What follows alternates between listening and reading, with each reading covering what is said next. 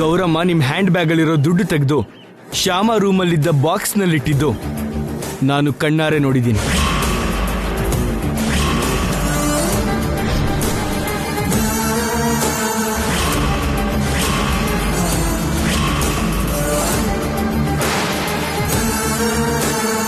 ಅಂದವಾಗಿದ್ದೀನಿ ಅನ್ನೋ ಒಂದೇ ಅರ್ಹತೆಯಿಂದ ಈ ಮನೆಗೆ ಸೊಸೆಯಾಗಿ ಕಾಲಿಟ್ಟೆ. ದೊಡ್ಡ ಸೊಸೆನ ಪಕ್ಕಕ್ಕಿಟ್ಟು ಇಡೀ ಮನೆ ಜವಾಬ್ದಾರಿನ ನನ್ನ ಕೈಗೆ ತಗೊಂಡೆ. ಸಾರಿ ಶ್ಯಾಮ. ನೀವ್ ನನ್ಗೆ ಸಾರಿ ಕೇಳೋದು ಕೇಳಬೇಕು ಶ್ಯಾಮ. ತಪ್ಪು ಚಿಕ್ಕವ್ರ ಕಡೆಯಿಂದನೇ ಆದ್ರೂ ದೊಡ್ಡೋರ್ ಕಡೆಯಿಂದನೇ ಆದ್ರೂ ತಪ್ಪು ಮಾಡಿದ್ಮೇಲೆ ಸಾರಿ ಕೇಳಬೇಕು. ಮೊದಲನೇ ಸಲ ಅಖಿಲ್ ನನ್ ಗ್ರಿಪ್ಪಿಂದ ಜಾರ್ ಹೋದ. ಮನೆ ಜವಾಬ್ದಾರಿ ಎಲ್ಲ ನಿನ್ಗೆ ವಹಿಸಿದ ಮೇಲೂ ನೀನ್ ಮಾಡಿರೋ ತಪ್ಪು ಅಂತ ನಿನ್ಗೆ ಚೆನ್ನಾಗಿ ಗೊತ್ತಿರುತ್ತೆ. ಮೊದಲನೇ ಸಲ ಮಾವ ನನ್ನನ್ನ ಬೈಯೋ ಹಾಗಾಯ್ತು. ತವ್ರ ಮನೇಲಿ ಶ್ಯಾಮಂಗೆ ಅವಮಾನ ಮಾಡ್ಬೇಕು ಅಂತ ಹೋದ್ರೆ ಅತ್ತೆ ಮನೇಲಿ ನನಗೆ ಅವಮಾನ ಆಯ್ತು. ಈ ಅವಮಾನಕ್ಕೆ ಸರಿಯಾದ ಪ್ರತೀಕಾರನ ತೀರಿಸ್ಕೊಳ್ಳೇಬೇಕು. ಹೆಂಡ್ತಿನ ವಹಿಸ್ಕೊಂಡ್ ಬಂದಿರೋ ಅಖಿಲ್ಗೆ ಗೆಸ್ ಮಾಡ್ದಿರೋ ಹಾಗೆ ಶಾಕ್ ಕೊಡ್ಬೇಕು. ಯಾರು ಅನ್ಕೊಳ್ದಿರೋ ಹಾಗೆ ಶ್ಯಾಮ ತನ್ನಷ್ಟಕ್ಕೆ ತಾನೇ ಈ ಮನೆ ಬಿಟ್ಟು ಹೊರಟು ಹೋಗೋ ಹಾಗೆ ಮಾಡಬೇಕು.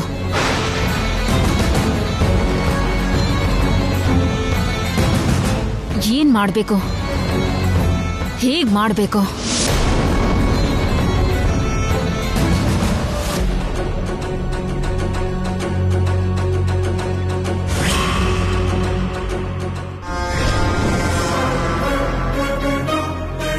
ಎಸ್, ನಾನು ಮನೆ ಬಿಟ್ಟು ಹೋಗ್ತಿರೋ ಹಾಗೆ ಶ್ಯಾಮನ್ ಮುಂದೆ ನಾಟಕ ಮಾಡಬೇಕು.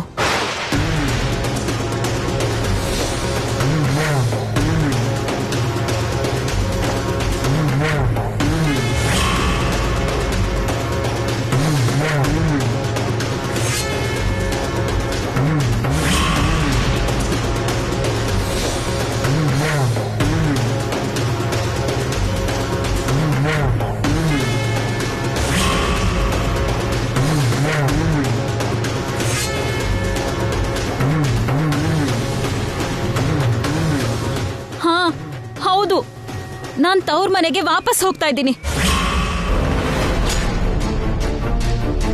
ಅತ್ತೆ ಮನೇಲಿ ಇಷ್ಟೆಲ್ಲ ಅವಮಾನ ಆದ್ಮೇಲೆ ಯಾವ ಮುಖ ಇಟ್ಕೊಂಡು ಇಲ್ಲೇ ಇರ್ಲಿ? ಅದಕ್ಕೆ ಹೋಗ್ತಾ ಇದ್ದೀನಿ. ಶಾಶ್ವತವಾಗಿ ಈ ಮನೆ ಬಿಟ್ಟು ಹೋಗ್ತಾ ಇದ್ದೀನಿ. ನೀನ್ ಏನೇ ಹೇಳಿದ್ರು ಸರಿ, ನಾನ್ ಈ ಮನೇಲಿ ಇರಲ್ಲ ಇರಲ್ಲ ಇರಲ್ಲ.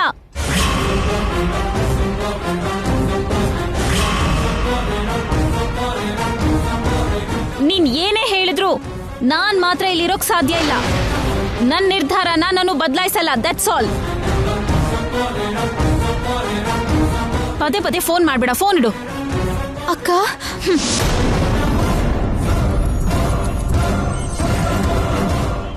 ಏನು? ಏನಕ್ಕ ಬಟ್ಟೆ ಜೋಡಿಸ್ಕೊಳ್ತಾ ಇದ್ದೀರಾ? ತೀರ್ಥಯಾತ್ರೆಗೆ ಹೋಗ್ತಾ ಇದ್ದೀನಿ. ಇಲ್ಲ, ನೀವು ಮನೆ ಬಿಟ್ಟು ಹೋಗ್ತಾ ಇದ್ದೀರಾ. ನನಗೆ ಗೊತ್ತು. ಗೊತ್ತೇ? ನಿನಗೆಲ್ಲ ಗೊತ್ತು. ನನಗಿಷ್ಟೆಲ್ಲ ಅವಮಾನ ಆದ್ಮೇಲೆ ನಾನೀ ಮನೇಲಿ ಇರಲ್ಲ ಅನ್ನೋದು ಗೊತ್ತು. ಈ ಅವಮಾನನ ಸಹಿಸ್ಕೊಳಕ್ಕಾಗ್ದೆ ಗಂಟು ಮೂಟೆ ಕಟ್ಕೊಂಡು ಹೊರಗೆ ಹೋಗ್ತೀನಿ ಅಂತಾನೂ ಗೊತ್ತು. ಆದ್ರೂ ಕೂಡ ಏನು ತಿಳಿದಿರೋ ಹಾಗೆ ಪಾಪದೋಳ್ ಹಾಗೆ ಬಂದು ಏನು ಬಟ್ಟೆ ಪ್ಯಾಕ್ ಮಾಡ್ತಿದ್ದೀರಾ ಅಂತ ಅಮಾಯಕಿ ತರ ಮುಖ ಮಾಡ್ಕೊಂಡು ಕೇಳ್ತಿದ್ಯಾ? ನಿಮಗ್ ತುಂಬಾ ನೋವಾಗಿದೆ ಅಂತ ನನ್ಗೆ ಅರ್ಥ ಆಗಿದೆ.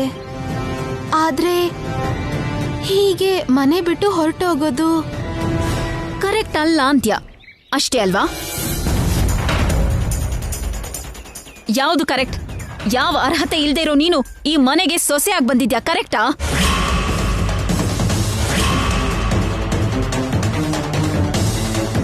ಇಷ್ಟು ದಿನ ಸಂತೋಷವಾಗಿದ್ದ ಈ ಮನೆಯಲ್ಲಿ ಗಲಾಟೆ ನಡೀತಾ ಇದೆ, ಕರೆಕ್ಟಾ? ಇಷ್ಟು ದಿನ ನನ್ನ ಮಾತಿಗೆ ಎಷ್ಟು ಬೆಲೆ ಕೊಡ್ತಾ ಇದ್ದ ಅಖಿಲ್ ಮಾವ ಇಬ್ರು ಇವಾಗ ನನಗೆ ಬೈತಿದ್ದಾರೆ, ಕರೆಕ್ಟಾ? ಯಾವುದು ಕರೆಕ್ಟು? ಈ ಮನೇಲಿ ಇಷ್ಟೆಲ್ಲ ಗಲಾಟೆ ನಡೆಯೋದಕ್ಕೆ ಕಾರಣ ನೀನು.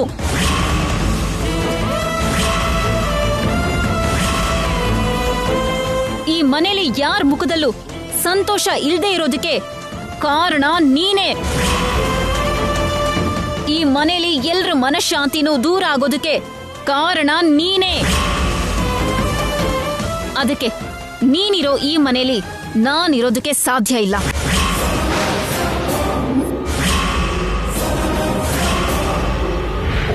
ಅವಮಾನನ ಸಹಿಸ್ಕೊಂಡು ಇಲ್ಲಿ ಬದುಕೋ ಅಗತ್ಯ ಇಲ್ಲ. ನೀನು ನಾನು ಯಾರೋ ಒಬ್ರು ಮಾತ್ರ ಈ ಮನೇಲಿ ಇರಬೇಕು.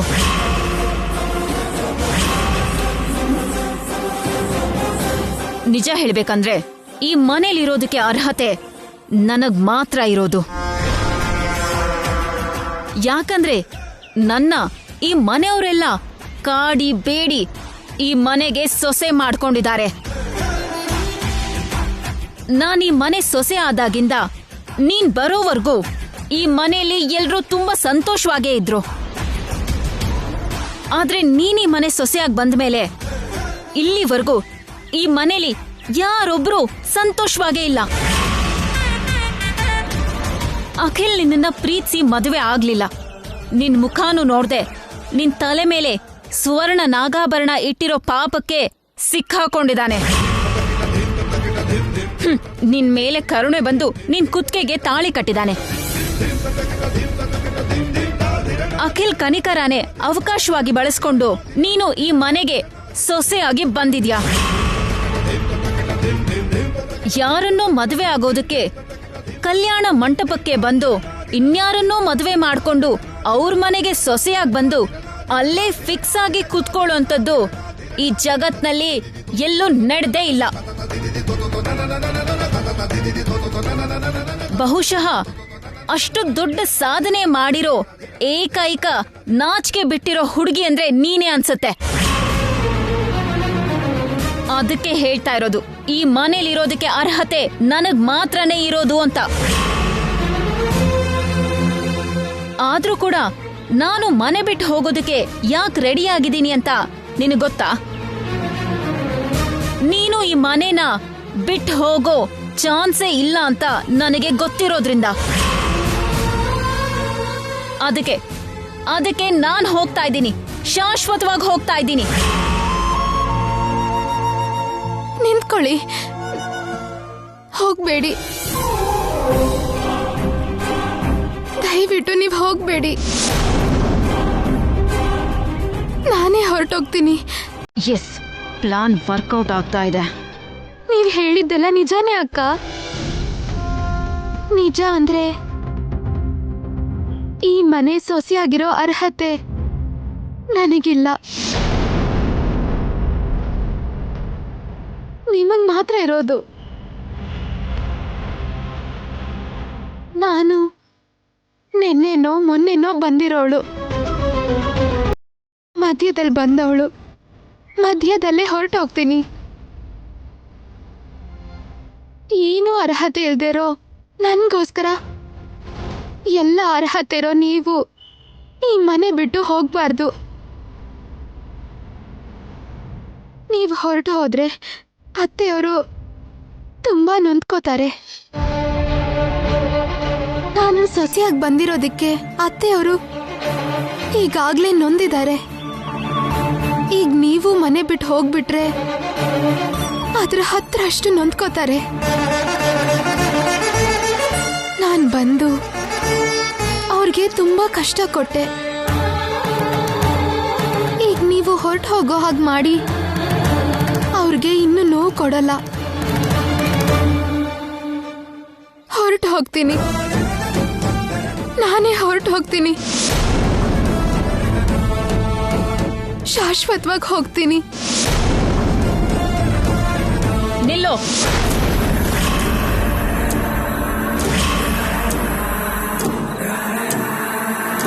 ನಿನ್ ಪ್ಲಾನ್ ನನಗ್ ಚೆನ್ನಾಗ್ ಗೊತ್ತು. ಹೊರಟೋಗ್ತೀನಿ ಅಂತ ನನಗ್ ಹೇಳ್ತಿರೋ ಹಾಗೆ ಈ ಮನೇಲಿ ಎಲ್ಲರ ಹತ್ರನೂ ಹೋಗಿ ಹೊರಟೋಗ್ತೀನಿ ಅಂತ ಹೇಳ್ತೀಯ. ಅವರು ಖಂಡಿತವಾಗ್ಲೂ ನಿನ್ನನ್ನ ತಡೀತಾರೆ. ಆಗ ನೀನ್ ಹೋಗ್ದೆ ಇದೇ ಮನೇಲೆ ಉಳಿತ್ಯಾ. ನಿಜ ಅಲ್ವಾ? ಇಲ್ಲ ಅಕ್ಕ, ನಾನ್ ನಿಜವಾಗ್ಲೂ ಹೊರಟು ಹೋಗ್ತೀನಿ. ನಿಜವಾಗ್ಲೂ ನೀನು ಹೊರಗ್ ಹೋಗೋಳೆ ಆಗಿದ್ರೆ ಮನಸ್ಸ ವಾಚ ಕರ್ಮಣ ಇಲ್ಲಿಂದ ಹೋಗ್ತೀನಿ ಅನ್ನೋ ನಿರ್ಧಾರ ಮಾಡಿರೋಳೆ ಆಗಿದ್ರೆ ಯಾರಿಗೂ ಹೇಳ್ದೆ, ಯಾರಿಗೂ ಗೊತ್ತೂ ಮಾಡ್ದೆ ಕತ್ತಲಾದ್ಮೇಲೆ ಈ ಮನೆ ಬಿಟ್ಟು ಹೊರಟು ಹೋಗೋ.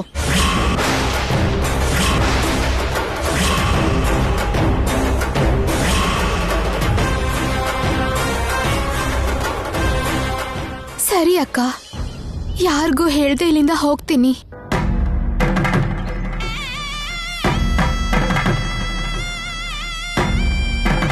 ಬರ್ತೀನಕ್ಕ. ಬರ್ಬಾರ್ದು. ಮತ್ತೆ ನೀನು ಈ ಮನೆ ಕಡೆಗೆ ಬರ್ಬಾರ್ದು.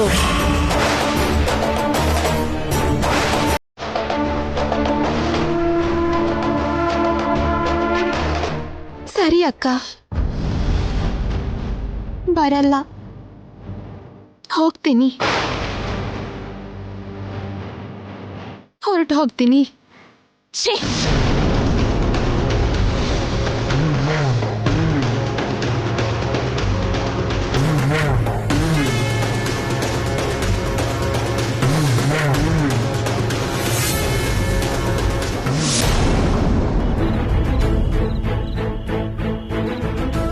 ಈ ಮನೇಲಿ ಇಷ್ಟೆಲ್ಲ ಗಲಾಟೆ ನಡೆಯೋದಕ್ಕೆ ಕಾರಣ ನೀನು.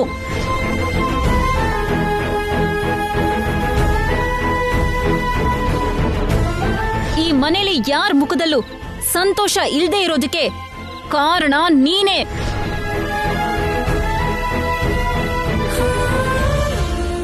ಶ್ಯಾಮ, ಶ್ಯಾಮ,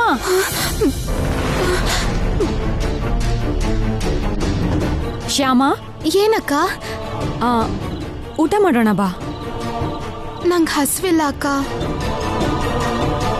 ನಾನು ಸ್ವಲ್ಪ ಹೊತ್ತು ಬಿಟ್ಟು ಬರ್ತೀನಿ, ನೀವು ಊಟ ಮಾಡಿ.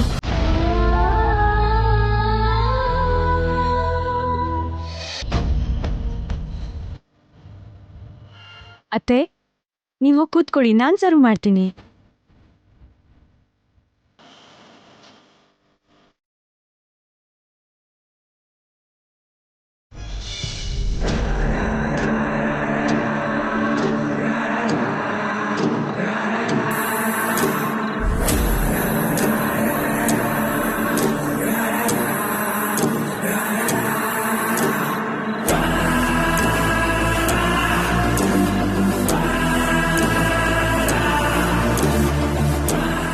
ಯಾಕಮ್ಮ ಅಲ್ಲೇ ನಿಂತುಬಿಟ್ಟೆ?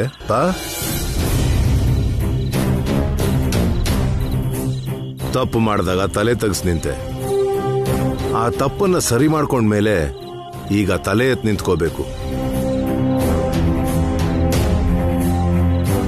ನಡೆದಿದ್ದನ್ನ ನಾವ್ ಯಾವಾಗ್ಲೂ ಮರ್ತೋದ್ವಿ, ನೀನು ಮರ್ತೋಗು. ಕೂತ್ಕೊಮ್ಮ. ಥ್ಯಾಂಕ್ಸ್ ಮಾವ.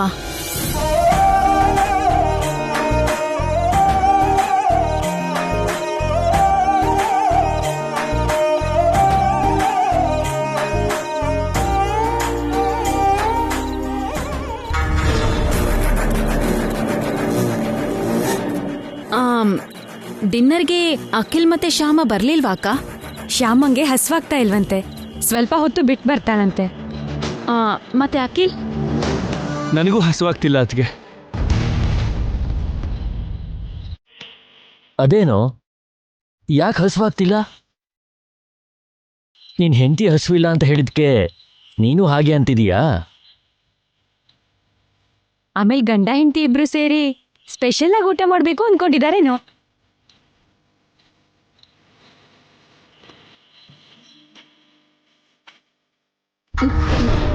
ಹಾಗೆ ಆಗಿರ್ಬೇಕು ಅಕ್ಕ, ಖಂಡಿತವಾಗ್ಲೂ ಹಾಗೆ ಆಗಿರ್ಬೇಕು. ಹಾಗೇನಿಲ್ಲ ಅದ್ಗೆ, ನಿಜವಾಗ್ಲೂ ನನಗೆ ಹಸುವಾಗ್ತಿಲ್ಲ. ಜಸ್ಟ್ ಹಾಲು ಕುಡಿತೀನಿ ಅಷ್ಟೆ.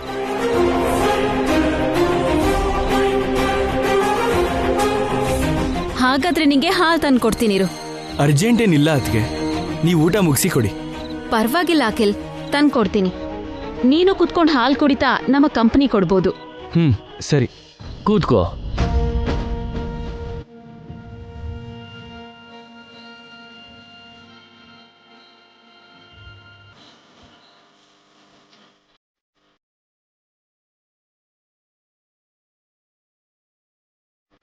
ಅಖಿಲ್ ಹಾಲ್ ತಗೋ. Thank you ಅದ್ಗೆ.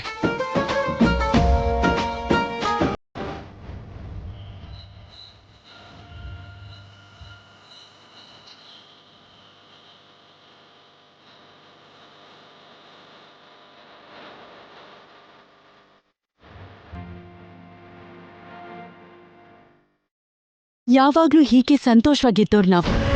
ಆ ಶ್ಯಾಮ ಬಂದ್ಮೇಲೆ ಈ ಮನೇಲಿ ಗಲಾಟೆ ಶುರುವಾಯ್ತು. ಛೇ, ಆತುರದಲ್ಲಿ ಥ್ಯಾಂಕ್ಸ್ ಹೇಳ್ಬೇಡ ಅಖಿಲ್. ಹೀಗೆ ನಿನ್ ಜೊತೆ ಒಳ್ಳೆಯವಳಾಗಿದ್ಕೊಂಡೆ ನಿನಗೆ ಸರಿಯಾದ ಪಾಠ ಕಲಿಸ್ತೀನಿ. ಬೆಳಗಾಗೋದ್ರಲ್ಲಿ ಶ್ಯಾಮ ಈ ಮನೇಲಿ ಇರಲ್ಲ.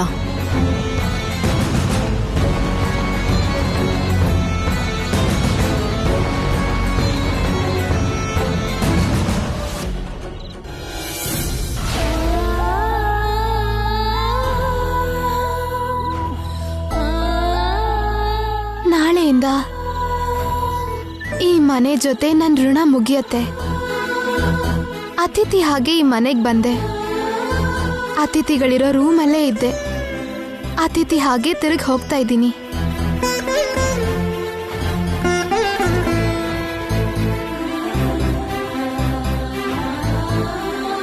ಇಷ್ಟು ದಿನ ಈ ಮನೇಲಿರೋ ಅದೃಷ್ಟ ಸಿಕ್ಕಿದ್ದಕ್ಕೆ, ಆ ಅದೃಷ್ಟ ನನಗೆ ಕೊಟ್ಟಿರೋ ಅಖಿಲ್ ಅವ್ರ ನೆನಪಿಗೆ ಏನಾದ್ರೂ ತಗೊಂಡು ಹೋದ್ರೆ ಚೆನ್ನಾಗಿರತ್ತೆ.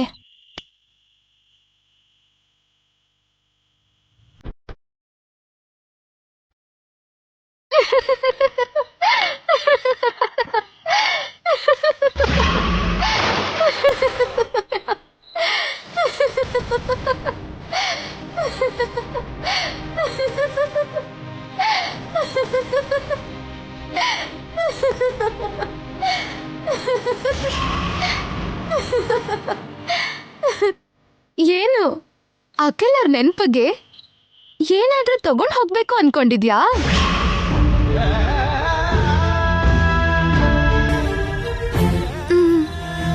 ಅಖಿಲ್ ಅವ್ರು ಕಟ್ಟಿರೋ ತಾಳಿ ಸರ ನಿನ್ ಕುತ್ಕೆಲೆ ಇದೆಯಲ್ಲ, ಅದಕ್ಕೂ ದೊಡ್ಡ ನೆನಪಿನ ಗುರ್ತು.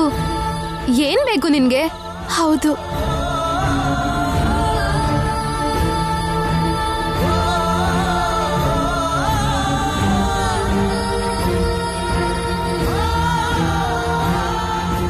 ಹೌದು. ಬಟ್ಟೆ ಜೋಡಿಸ್ತಾ ಇದ್ಯಾ? ಯಾವಾಗ ಹೊರಡೋದು? ಎಲ್ರೂ ನಿದ್ರೆ ಮಾಡಿದ್ಮೇಲೆ ಯಾರು ಕಾಣ್ತಿದ್ದ ಹಾಗೆ ಹೊರಟೋಗ್ತೀನಿ. ಅಂದ್ರೆ ಯಾರಿಗೂ ಕಾಣ್ದಿರೋ ಹಾಗೆ ಕಳ್ಳಿ ಹಾಗೆ ಹೊರಟೋಗ್ತೀಯ ಅಂತಾಯ್ತು.